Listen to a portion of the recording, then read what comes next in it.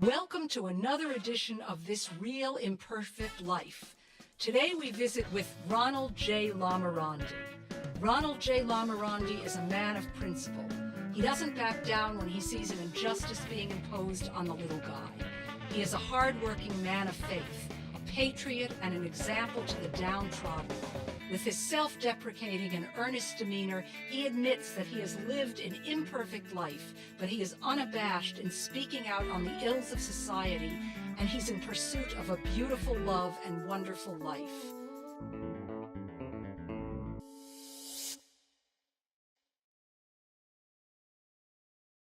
I don't know where I put my cigars. In a little small cabin.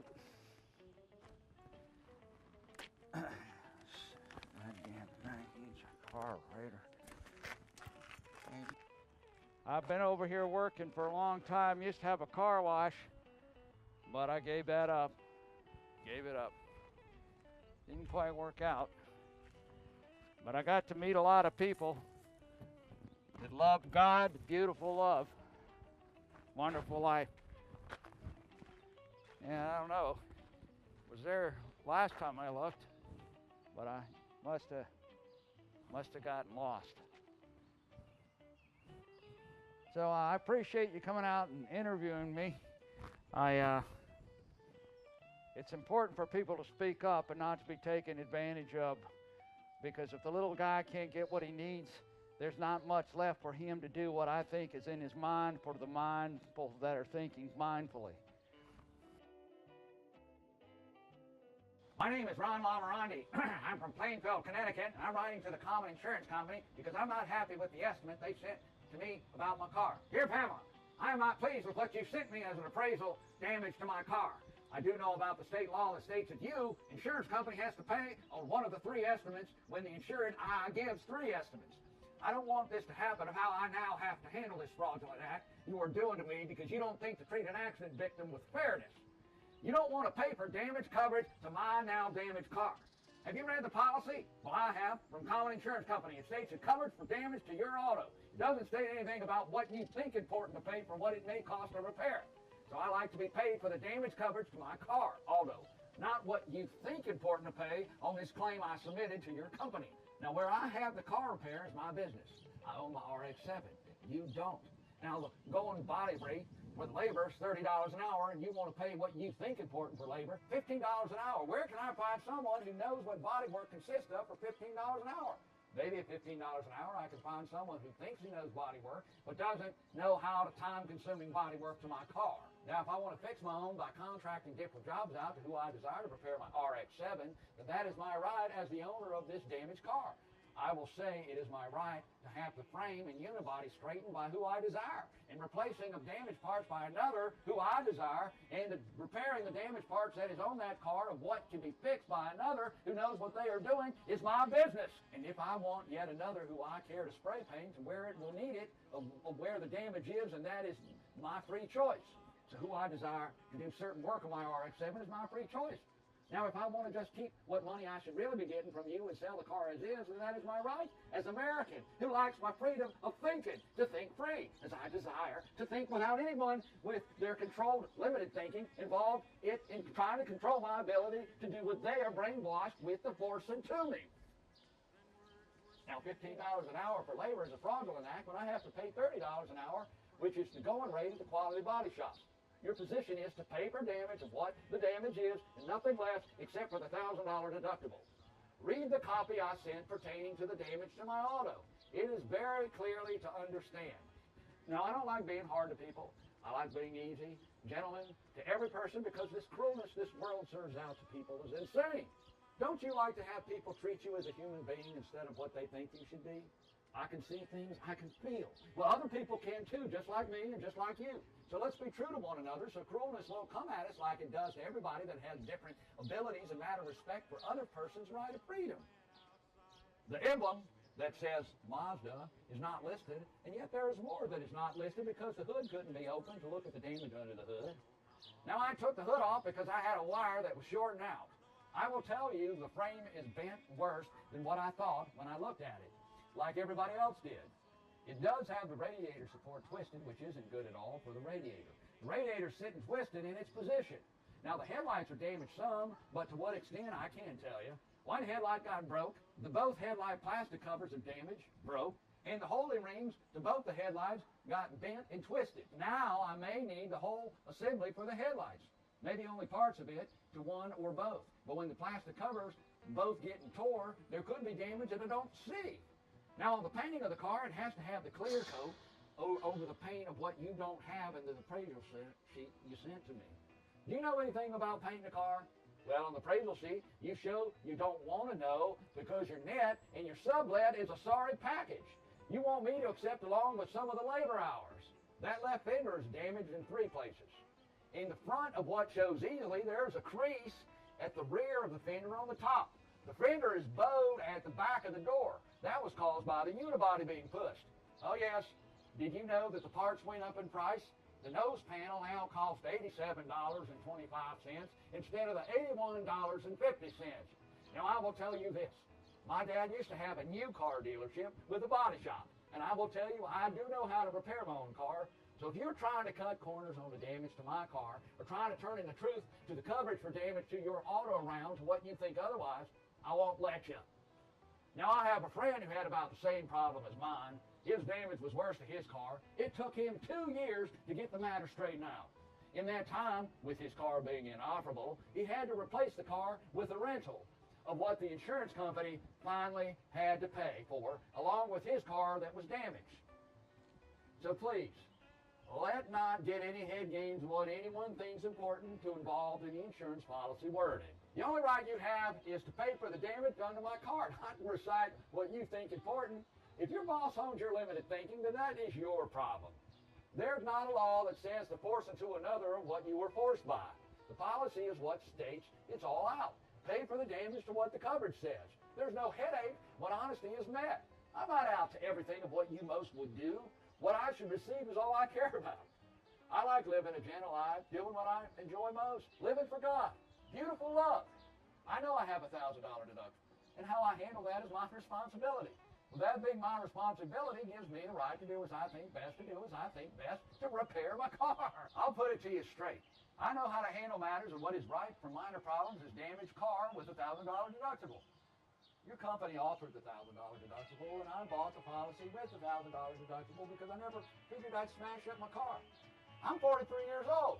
I was never in an accident with my own car, and this accident should have never happened. It was raining hard. There was a car in front of me with much space between. Suddenly, he stopped. He wasn't going fast at all. I had time to stop. I applied the brakes, and it was like I was on ice. The car wouldn't stop. It spun around until it hit a guide pole of what nothing happened to. I think the car in front of me hit the spot where I applied the brakes, and he probably thought the car he drove would check it out and see if the car would stop. When I applied my brakes, the car wouldn't stop, but it went into a spin, and I couldn't get control of it. Now, I've been driving since I've been 12 years old in the large field in the back of the house where I grew up. And I used to do all kinds of things with driving the car. My dad used to give us cars, my brothers also, to drive around the field. I learned how to drive. I learned how to go into a spin and come out of a spin. And a few times learning how to handle a car in an emergency saved me from getting involved in an accident that someone else was going to be at fault. I can remember 2 of them. One was a 3-car pileup. I was the 3rd car following the 2nd car in front of me. The 1st car, for no reason, went sideways. The 2nd car couldn't stop and ran into the car that was going sideways. I knew there was no such thing as stopping in time, so I put my car into a slide, got out of the way and straightened it out, and again stopped to help. The car that was following me ran into the other 2 cars. So when I went into this slide of what I didn't make happen, I couldn't straighten the car out. There was nothing I could do. The car was doing what a slippery makes happen. And I have a wrecked car from it that I have to do something with. Another crown of thorns to torture my mind. And you don't care, except for what you think important and what is another crown of 6 thorns. Why don't you honor the wording that makes up the policy? I have to pay for the damage that is done to my car less the $1,000 deductible. You have no right to force my car into any one body shop. If I want to sell my car with having a little work done or no work done, then that is my right of owning my car. You got no right to control my freedom to using my own mind and whatever you choose to do with my life and things I bought and paid outright for. Your declaration says you pay for damage. will pay for the damage without attaching any head gains on what you think important with your limited thinking. Remember this. Your thinking is your thinking. You own your thinking. My thinking is my thinking. I own this thinking that God gave me. You only have the right to your own thinking. You don't have any legal right to discriminate against my thinking of what I know. What you think is just what you're thinking of what you are programmed to think. So don't involve your head gains into my knowing of what I'm to do. I hate it when someone and what they think important try to control my freedom of owning the things that is owned by me. Now my car will have to be repainted. Repainted is what it really is. Repainting is the area where the damage does away with the factory paint that is now on the car. The factory paint is electronically baked enamel. The still body is electrically wired as the heat element to the baked enamel that was sprayed from the spraying robots for a perfect painted auto finish. Now, if I want to have a factory paint job to put my car back as it is, with paint you cannot say no, or whatever you think to do, you are to pay for damage. And to have the car painted as it was painted at the factory will be expensive. I do know that anyone who would work my paint would use lacquer because it can be worked with to get a closer or near color match. That is what lacquer is used for. Now, lacquer is a very weak paint. It chips very easily. Plus, it is a very fast fading. Enamel's the way it comes out of the can is the color that will be. You cannot lighten or darken it by working with the air pressure like you can do with lacquer. To paint the damage area with the enamel for a color match, the entire car has to be painted. And the enamel that is not baked about as good as the lacquer for holding up without chipping or peeling. So if you want to cut corners on the damage to my car, just remember the factory paint job I can ask for. The original factory paint is all damaged where the damage is done. What do you think the price would be for the electronically paint job? Probably more than the car is worth. Now, I'm not out to take you for an easy dollar ride. All I want is fairness of damage. $1,000 it is already going to cost me, my deductible. And think, it's important for me to be my insurance company by forcing me to pay the bulk of the damage of what you should pay as damage covered. I sent now to you 3 estimates that I got, and you send one lower than the estimate I sent in. I will admit, I do get mad when my thinking is discriminated against by someone else's thinking. I own my life. I should be left alone to live my own life as I see fit for me.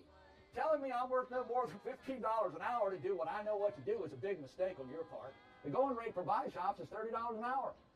I want the going rate because I want my car repair of what you can't afford. The paint job is the main concern. I know what I'm doing for the excellent paint finish that I can get of what you can't afford the estimate of what it would cost. I'm not being hard on your company of what to me is fair. What you want to pay me for damage is not fair because you left off things that are damaged plus the stripped down labor. To me is being fair to you. I'm not after you to pay for paint job that you wouldn't want to afford for my car. To get paint jobs as near the factory is hard, long work. The man got to know painting of what you can't place and what you think. It won't fit in what you think. Of course, it never will interest you because it is not your car you own. I never asked for the car to be damaged, but it did happen, and all I can do is take care of it. You pay for what you need to pay for the damage coverage to my auto, and I'll take care of the responsibility of doing what is best and what I know to do. Truly, Ronald J. Lamarandi. I just wanted to show you here where I used to keep my old car, my RX-7. I got rid of it 3 years ago. It was the saddest day of my life. Over here and look at some of the cars I've been working on. So if you want to come follow me, if you can come closer. I was working on this car over here. I was trying to rebuild the engine. The header on it, I had to plane it down, and I didn't get the intake manifold screwed down tight enough. And the first cold day, cold air got sucked in and the engine blew. It was a terrible thing.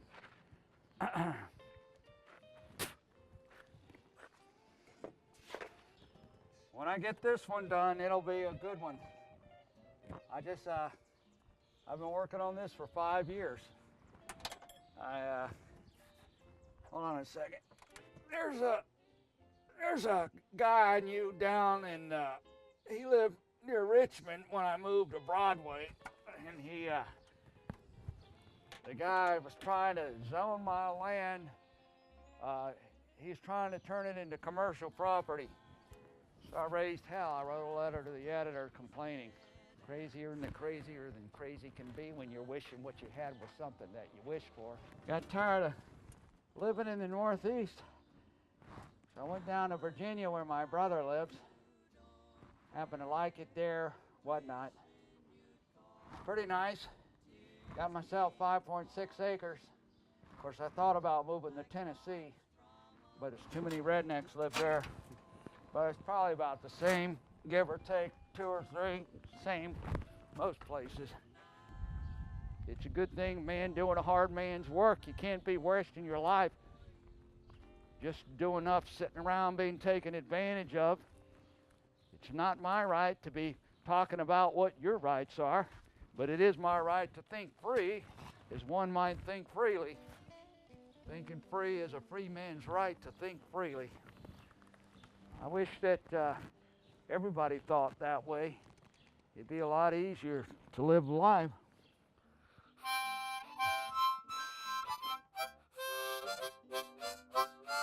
Yeah, so I've always, my father, like I said, he had an auto body shop. I gotta clean this up because I'm supposed to move again, and when I move, there won't be any moving about. If you're wishing that things would sort of come your way when it rains. I believe in God. I believe in living a life, good life, beautiful love, wonderful life. My father, he taught me how to drive. I wanted a sports car. The closest thing I could get to it was an RX-7. But it was in here. It was in here. You know, I worked at a couple of projects. I worked on the Tom Bigby River down in Mississippi. They were putting in a waterway through there. They were trying to get big ships in. There wasn't much going down anywhere around, but they had some welding jobs, some union jobs. So I went down there. I did that. Back in those days, you know, I drank a lot and about ruined my life. But I decided I wanted beautiful love, wonderful life, and I put it away for good.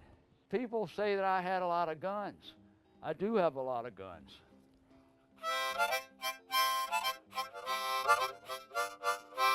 But I don't hunt deer. I don't believe in it. I only hunt coyotes. That's all I hunt. Coyotes. That's all I hunt. So when deer season's over with, I hunt coyotes.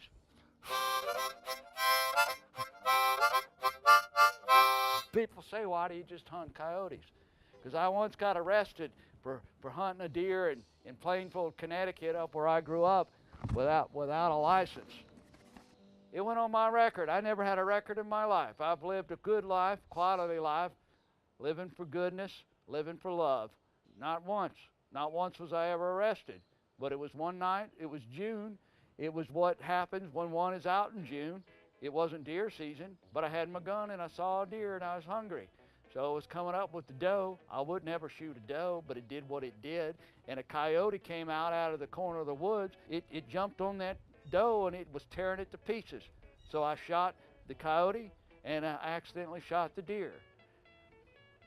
The game warden heard the noise and he came up in a truck and he asked me if I had a license.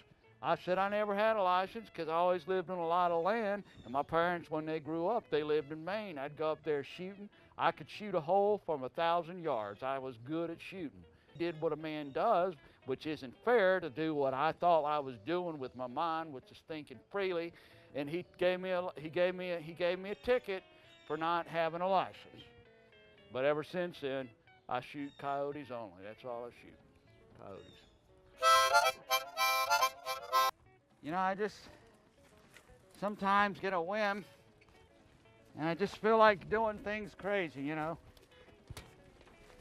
Like, you know, just riding around on my bike.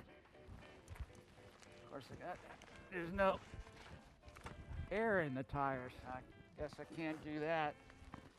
But I'm pretty spontaneous. I don't like to take matters sitting down. If people, what the hell's that doing in there? I was looking for that. I know what that is. That was Useless's bull. When Useless had a cat named Useless, and there were some beagles one day out back tearing Useless apart, and I got the gun and I killed the beagles, but it was too late. Useless was dead. But Useless was a good cat. She liked nine lives. Purina cat food. 9 lives, that's what she liked. So I used to have this motorcycle over here. This motorcycle, I drove it everywhere. I once drove all the way across the Mojave Desert in this thing. It was incredible, ran like hell. It is a beautiful machine, but you know, it wore out, and I'm gonna fix it one day. I got parts, so I'm gonna restore it. I called her Betsy. I have a lot of good memories on this. I remember once I met this girl. Well, I don't want to tell you. That wouldn't be appropriate to tell that, because I do believe in love, beautiful life, wonderful Spirit of God. I wrote once when I was living down in Richmond, Texas. When I was living in, where was it? I was living in Broadway, and somebody wrote in about Satanism.